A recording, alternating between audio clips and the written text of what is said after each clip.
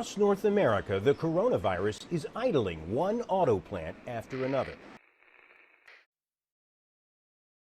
David, I believe this is the last final assembly plant that is still functioning in this country. It is the BMW plant down in Spartanburg, South Carolina. It will be shutting down starting this Friday. They're going to shut it down for 2 weeks. Some of the places that are currently on lockdown, and if we can't get that material in, we can't machine it. That's going to decrease our revenue. It certainly puts us under some pressure.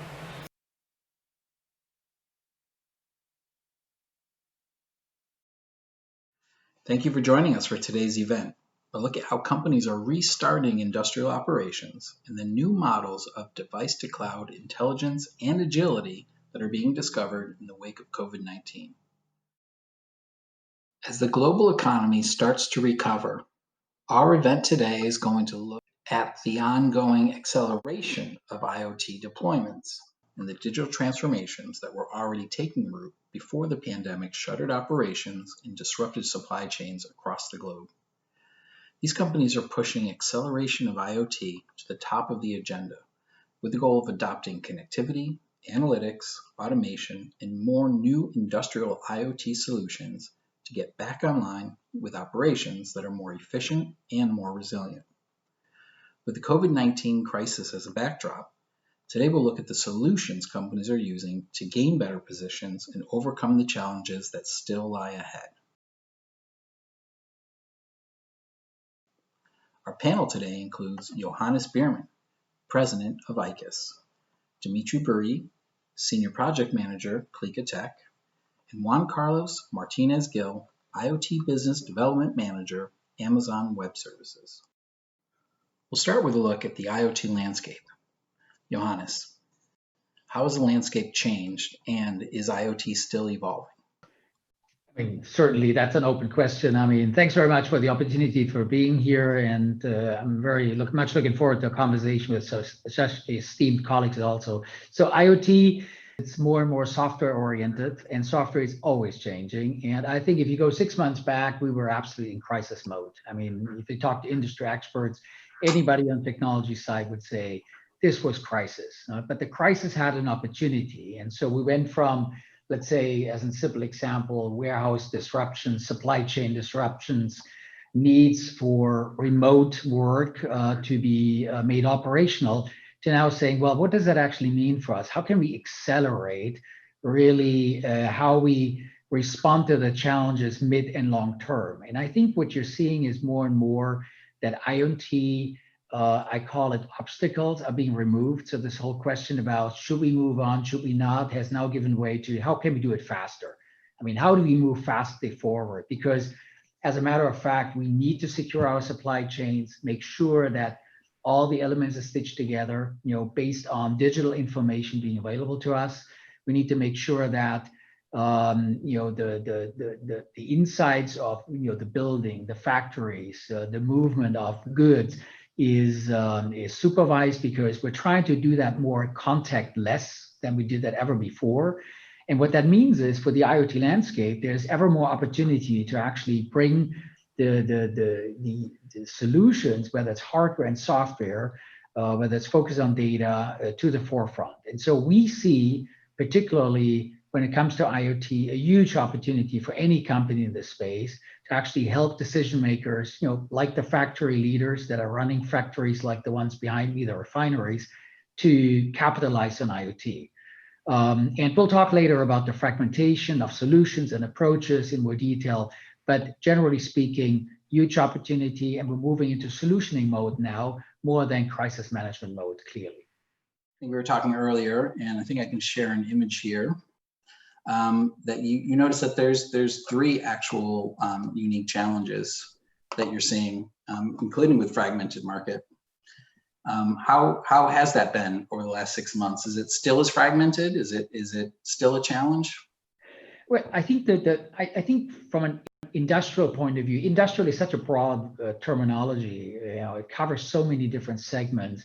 You will always have fragmentation based on the use case. Think about industrial use cases in mining, or versus running a factory. I mean, just from a form factor, from a layout perspective, there's unique challenges at first sight. And so the responses that you can find when you look at, for as an example, cloud solutions, there's about 600 cloud offerings that are somewhere larger and smaller, and amongst them, of course, the prominent ones, like for my colleague at AWS or Microsoft Azure and others, involved that are huge in that sense. But there's also smaller solutions that are being offered maybe in local markets for particular use cases that drive this fragmentation, and that's to be expected.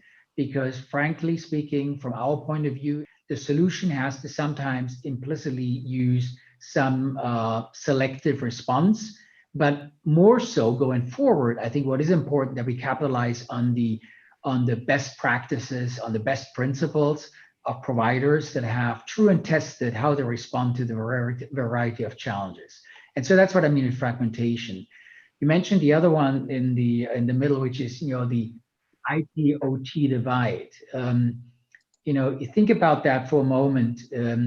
We all participate, for the most part, large and small, in organizations that run an IT environment by definition. And what we expect that entire IT environment to do is literally run seamless for us. Things are current, software is current, our hardware being capitalized, utilized to the max, us being able to use new services and APIs in that respect. And there's always somebody who's managing this, and that's our IT department.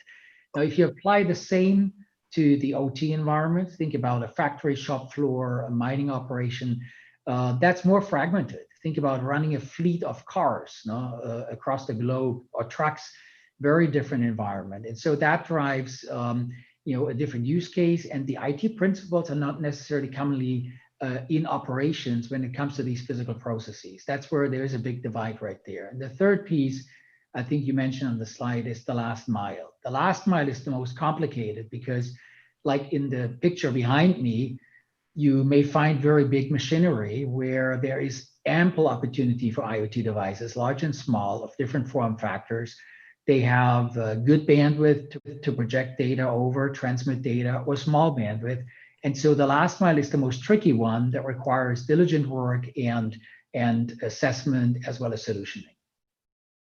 With those challenges in mind, ICAS worked with Clicatech to create a development kit that would help companies manage embedded devices for more edge-to-cloud agility.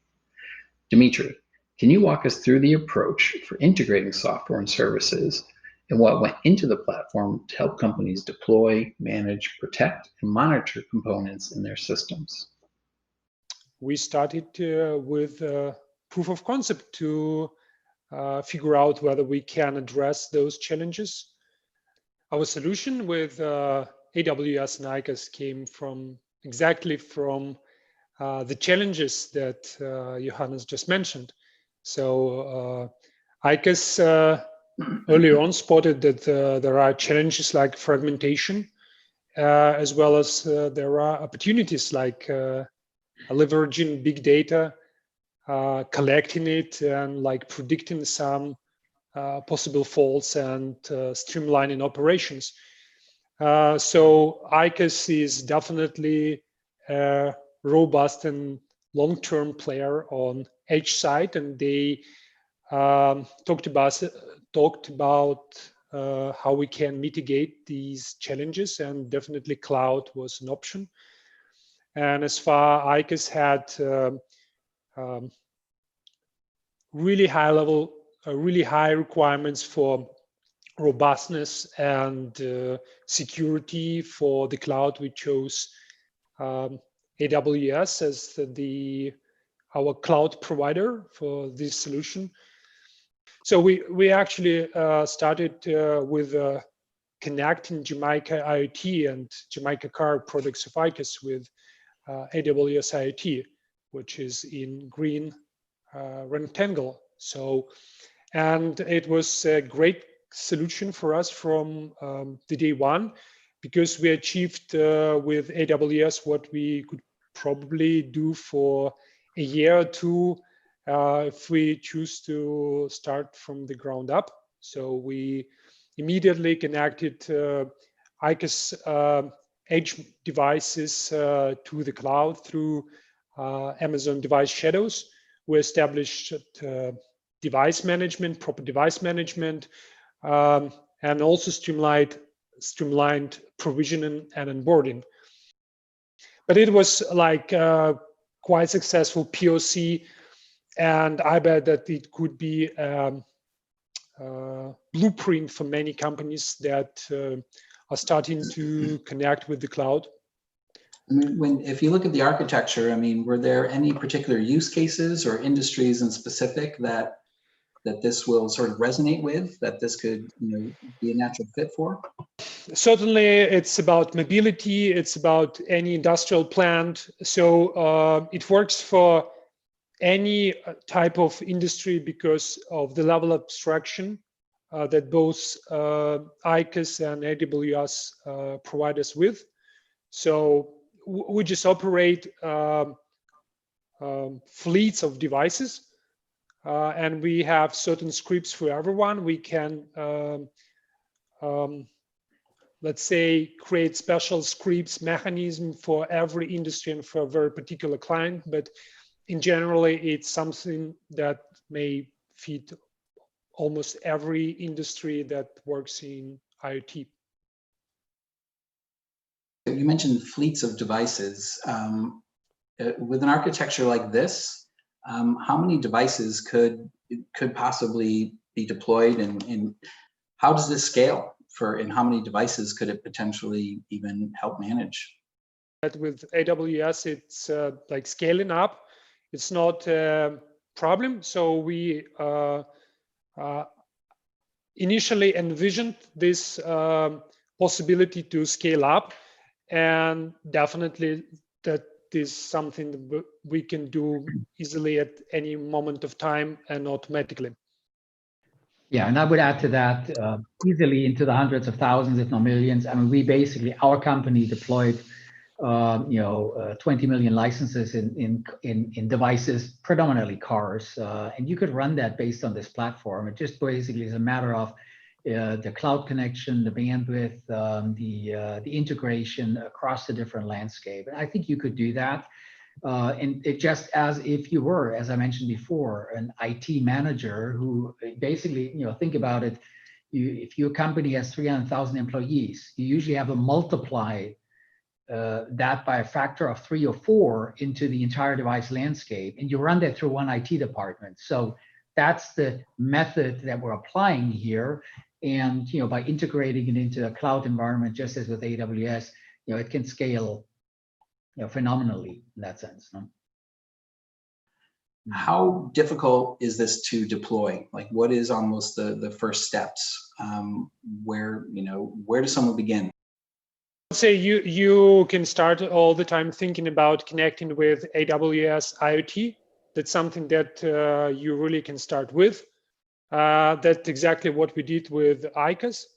But again, if you think further about like additional services and about like managing fleets, managing environments for development and for like all of the devices you have, you certainly need to move a little bit further, and that is represented on the architectural diagrams in orange rectangle. So it shows that we essentially created Jamaica embedded device portal, not only about like simple services of controlling, but also having in mind necessity of developers to work with ICAS infrastructure to create applications, sign them, test them against different virtual environments, and then deploy it. So that's what you can achieve with combining like ICAS, for example, and AWS products. Yeah, and I would like to add to that, Joe, one more great facet, Dimitri. In fact, the third-party integration, I mean, linking APIs and products from others, is actually one of the things that we're literally set up to do, and in fact are driving. So we get a lot of requests from partners that are focused on data analytics, for example, to basically say, how can we deploy what they do through these platforms to the devices, to do certain analytics. And that's a similar thing that AWS has in terms of standard services. I'm sure Juan Carlos will talk about that entire stack later, to basically do. And you can, what it basically says, it's an expandable platform that can also suit third parties in order to provide a specific benefit to those that are actually the true benefactors on the platform, that is, industrial operation or anybody else who's a customer. I just would like to add up to Johannes that we see that a lot of end clients of ICAS aggregate more and more data, and they need to leverage this data in order to predict events. And finally, we come up with deploying models to the edge devices, so we can operate in much better way. The devices can operate in much better and more efficient way. So that's why we are so happy with AWS services, because again, we came from the point when we actually had to create a proof of concept in order to verify that ICAS can work with those cloud services, and those cloud services can bring benefits to ICAS. And as soon as we confirmed it, we could move further and to deploy entire ICAS infrastructure to the cloud. And then we came to necessity to actually work with the data on very detailed way. It's going to be a great time for us to bring in Juan Carlos, but I think that this it's a portal solution. I think if you sort of look at it, a workable solution. Juan Carlos, what are the customer benefits of building a platform on AWS to shorten the gap between edge devices and cloud services? And as a partner platform, how does this fit into AWS IoT?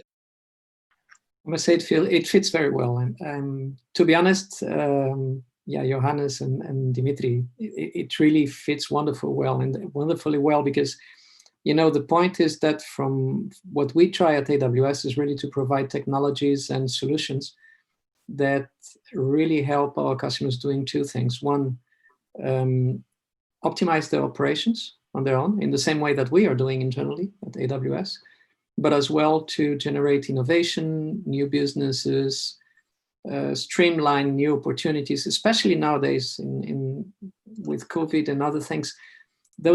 Let's say what COVID is teaching us as well is that we are living in a world that can change drastically in a very, very short time, and companies need to adapt very quickly.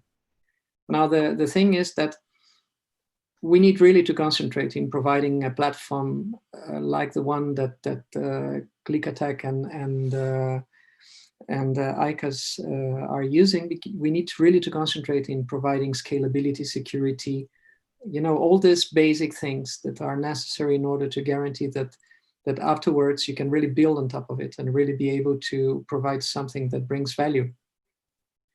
Now, the point around here is, when you ask about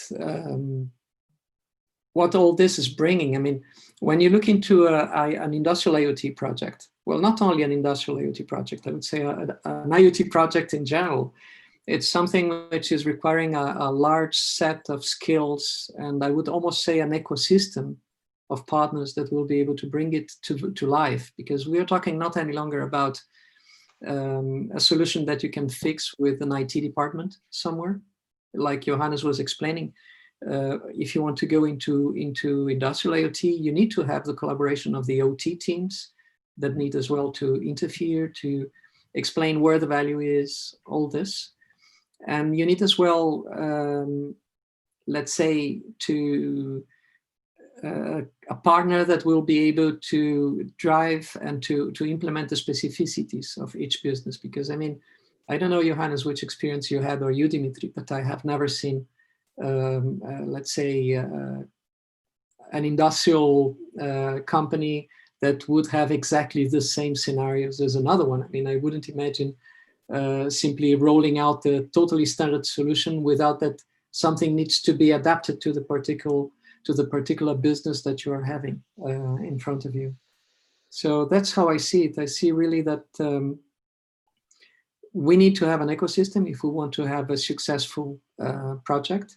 And I must say, we need as well to have trust between the different pieces that are making part of this ecosystem, because you really need to trust that each of the parts will do their job and their best in order to make to reach the results and to go above the challenges that you are having.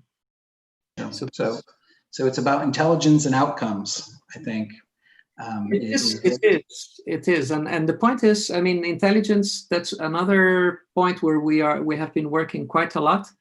But I mean, it's like when you think in a person. I mean, you have a wonderful brain, but if you don't have eyes and ears and ways to touch the environment that you have around, you will have a lot more difficulties to execute.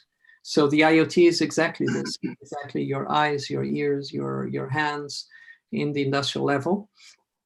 And that's all about that. It's about how can I bring intelligence into the shop floor? And as well, because the data volumes that we are generating when we start automating the data ingestion are so high that without machine learning and without AI, it's going to be very, very difficult really to get insights of the intelligence of the data. So I think one of the things that we saw with the impact of the pandemic was you either had industrial operations having to completely shut down due to workforce issues or just regional issues. That was a huge impact. And then you also just saw supply chains being interrupted. Getting back online faster seems to be like a key rally cry right now. So how would a solution like this help do that? Or even what are the pieces of it that are helping companies kind of do rapid deployment? Actually, I can give you a real life example. I mean, I have seen a number of companies out there that really had to shut down their production because of the pandemic, and because you had to, let's say, bring their workers to quarantine, and they had no way to monitor their tools. And there are some pieces of equipment, for example, let's say large-scale ovens, that shutting those beasts out is something that costs a lot of time and money.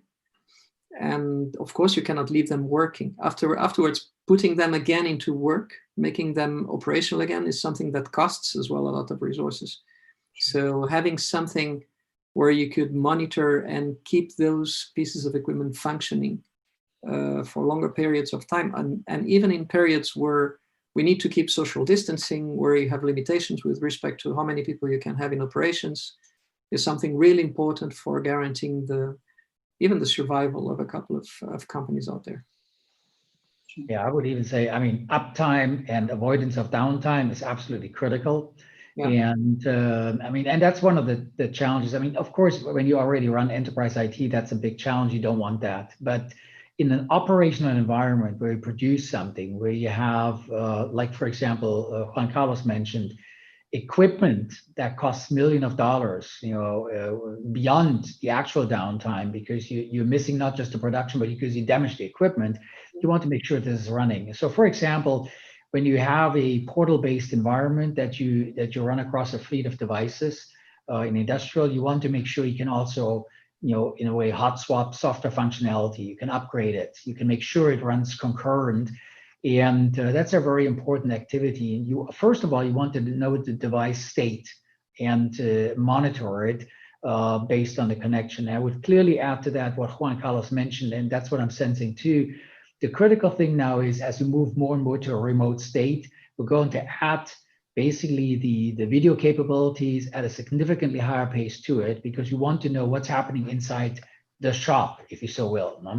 And that means also there's even more data being processed with opportunities and risks that you need to build into your IoT model. And I think you need to have a good set of partners to actually understand the challenge from an operational perspective, as well as bring the best of IT-ish principles into that to actually optimize your solution and solve the problem.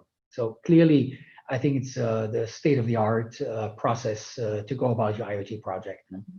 So one of the things over the last 6 months that seemed to become very popular, that a lot of companies were looking for, were location-based services and sort of asset monitoring. With the solution that we looked at earlier, is that something that this could tackle, or could it be, sort of, customized to start to take that into account as well? The solution that we mentioned with the certain customizations, ideally at the level of, I would say, scripts and scenarios, perfectly serves any mobility, I would say, logistics and asset tracking industry. So, and portal like this one allow a manager of a fleet just create certain programs, scripts, scenarios for those cars, for example, what is scenario for data consumption when we share big amount of data.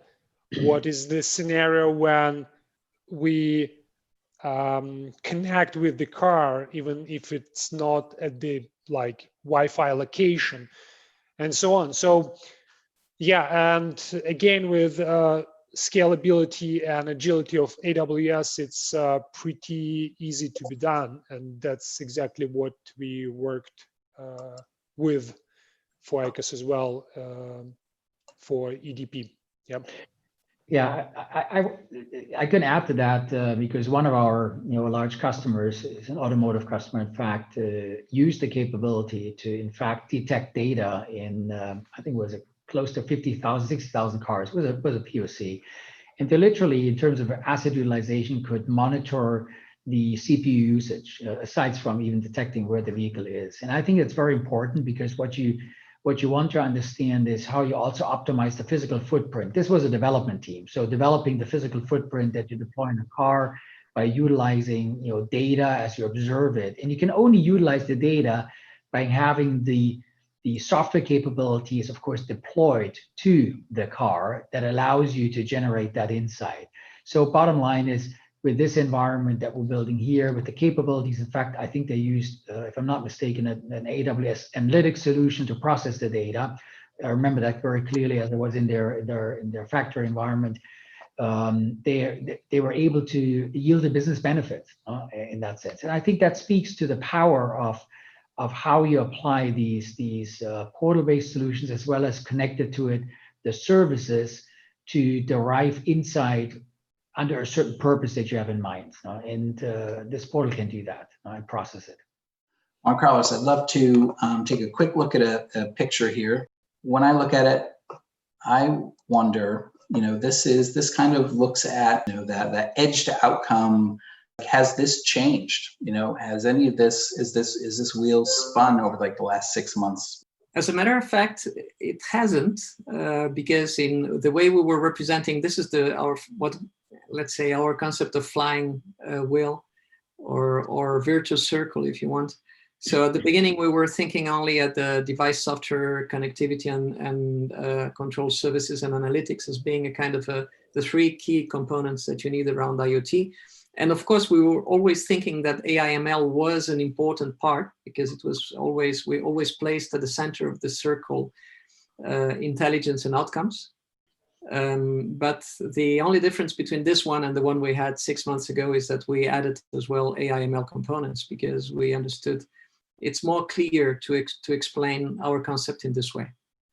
The meaning of this is, for us, it's very important, because it's, from one side, it guarantees that whatever click attack and ICAS are building on top of us is something that is going to take profit of all the bits and pieces which are around the circle. No? And the other thing we understand through it is that it all starts indeed in the device and in the knowledge on what you have there, no? And in providing tools that allow you to manage it in a proper way in the edge, so out of the cloud. In the second component of the cycle, if you go from bottom up and from right to left, you go in the blue part, which is connectivity and control services, which are a series of services which I'm not going to enter into the detail right now. but which ensure really that you have all bits and pieces necessary in order to guarantee that you can ensure a secure connection and a secure management of the devices.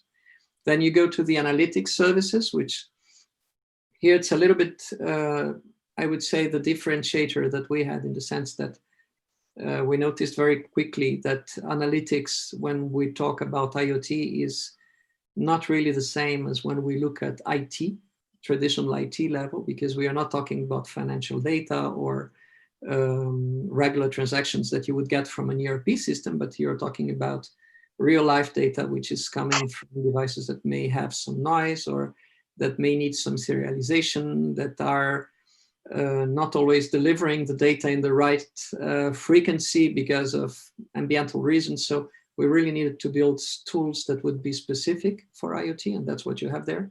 And last but not least, we understood as well that from the moment you really automatize ingestion, data ingestion, you really need the IML to take profit of the data. To give you an example, we have a customer in south of Spain, which is running a refinery, by the way, like the one that Johannes has in the background. And those guys, it's Cepsa, by the way, a Spanish oil and gas company, and they managed to connect a full production line of phenol and to IoT and to AIML.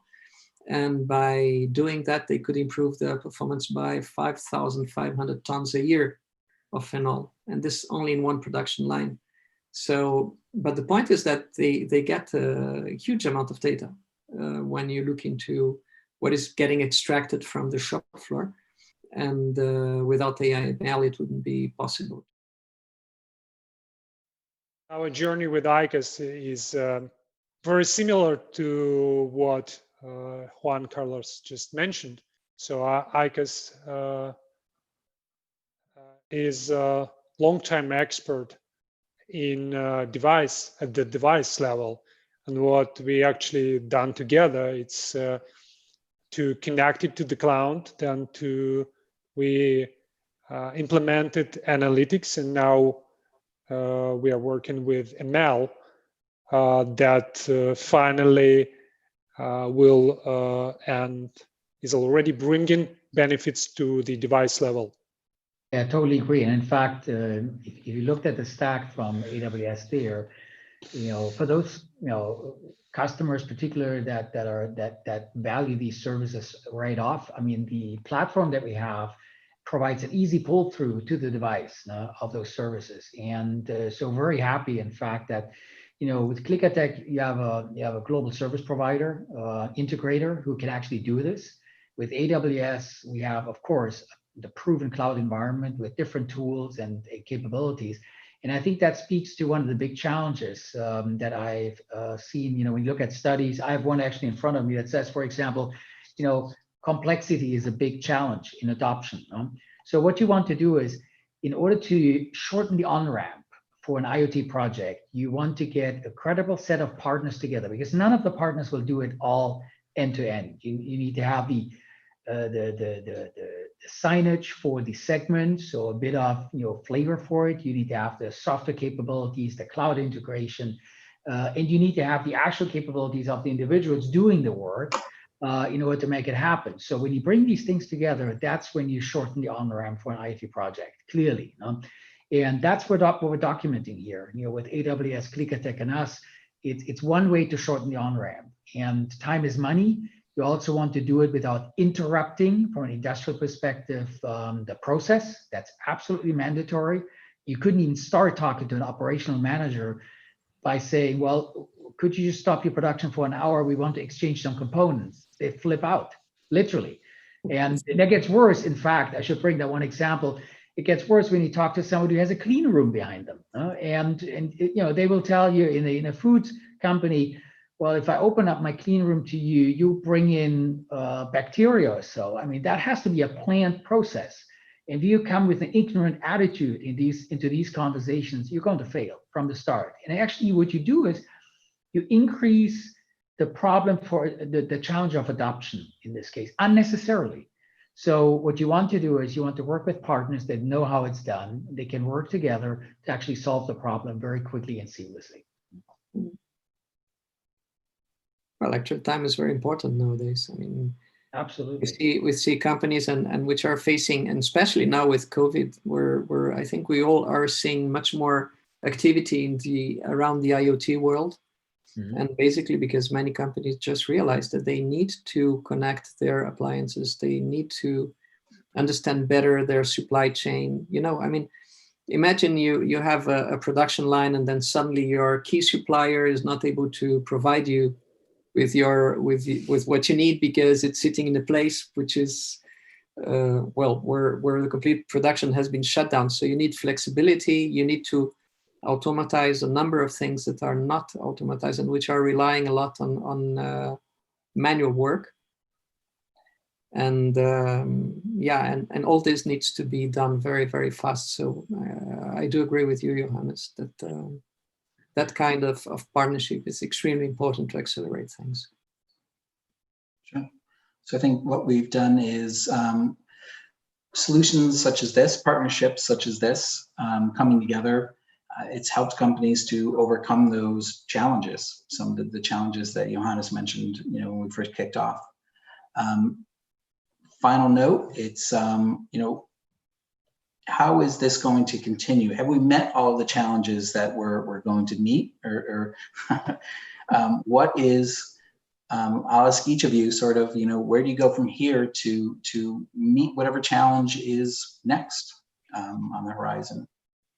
We'll start with you, Juan Carlos, because I made you chuckle.